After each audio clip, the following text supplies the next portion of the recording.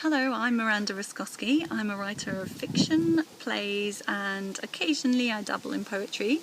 I'm also the editor of a collection of women's writing called 100 Voices, which I'm going to tell you all about today. I am currently somewhere in between Marlow and Henley on the Thames. I'm going to give you a little insights to my view here. Gorgeous view, background. And I don't know if you can see, that's my office there. I live on a boat, as you may have noticed, and since lockdown my writing life has been a little bit different, but I'm very thrilled to be part of Lockdown Lit to tell you all about it. I think the project has been fantastic for seeing what other writers are up to, and I love the idea of being part of this community, so thank you very much for giving me the opportunity. Nothing in the rulebook, loving your work. So normally at this time on a Thursday I would be in the British Library beavering away at my novel. So obviously since lockdown that's been a bit different, though I'm thrilled that the library is now back open, I think, or it will be soon. My novel is quite literally in the drawer because I've written it on my MacBook, which I can't charge on the boat. So it's not a bad thing to take a bit of time away from it, but I actually found it quite difficult to write at the beginning of lockdown, and I don't think I'm alone in that, but everything I was writing was quite saccharine, so I've got a few stories that will remain in the drawer forever, I think. One thing that I have been focusing on is the collection of women's writing that I mentioned at the beginning. It's called 100 Voices, and it features actually over 100 women from across the UK, from all different backgrounds, walks of life, ages, and writing experience as well. We've got Yvonne Battle-Felton, who was longlisted for the Women's Prize last year with her novel Remembered, which I heartily recommend, and Sabrina Mahfouz, who's the playwright in residence at the Globe at the moment, alongside people who are just starting out or building up their careers. For example, Sophie Haydock, who at the beginning of this hadn't written her book, but now she's sold it for a six-figure sum, and it's going to be out next year, I think. It's called The Flames. So the project started as a podcast, and I am very proud that we are hoping to be published by Unbound. We're 70% of the way there, and it's been actually pretty good since lockdown for some reasons, although it's really hard to ask people to give you their money to buy a book when you know that a lot of people might be struggling. But one thing I have really enjoyed is building the community, reconnecting with all of the people who are in the book. We've run some fantastic online events.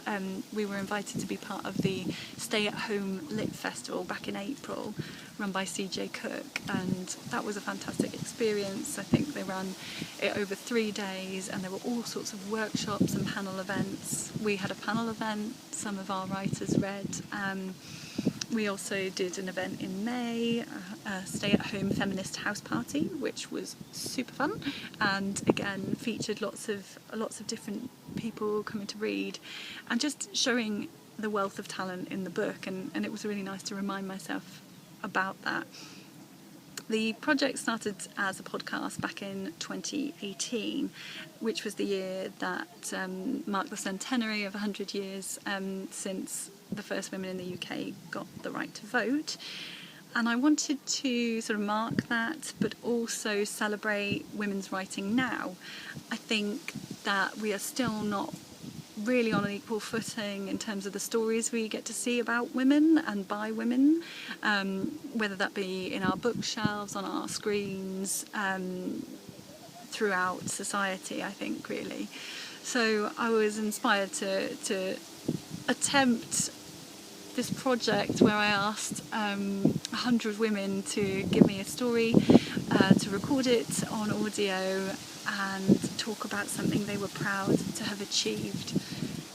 That was a big challenge, not least for me, because I had committed to write a piece for that as well. So I'm going to read you a short extract of that now, and thanks again for the opportunity.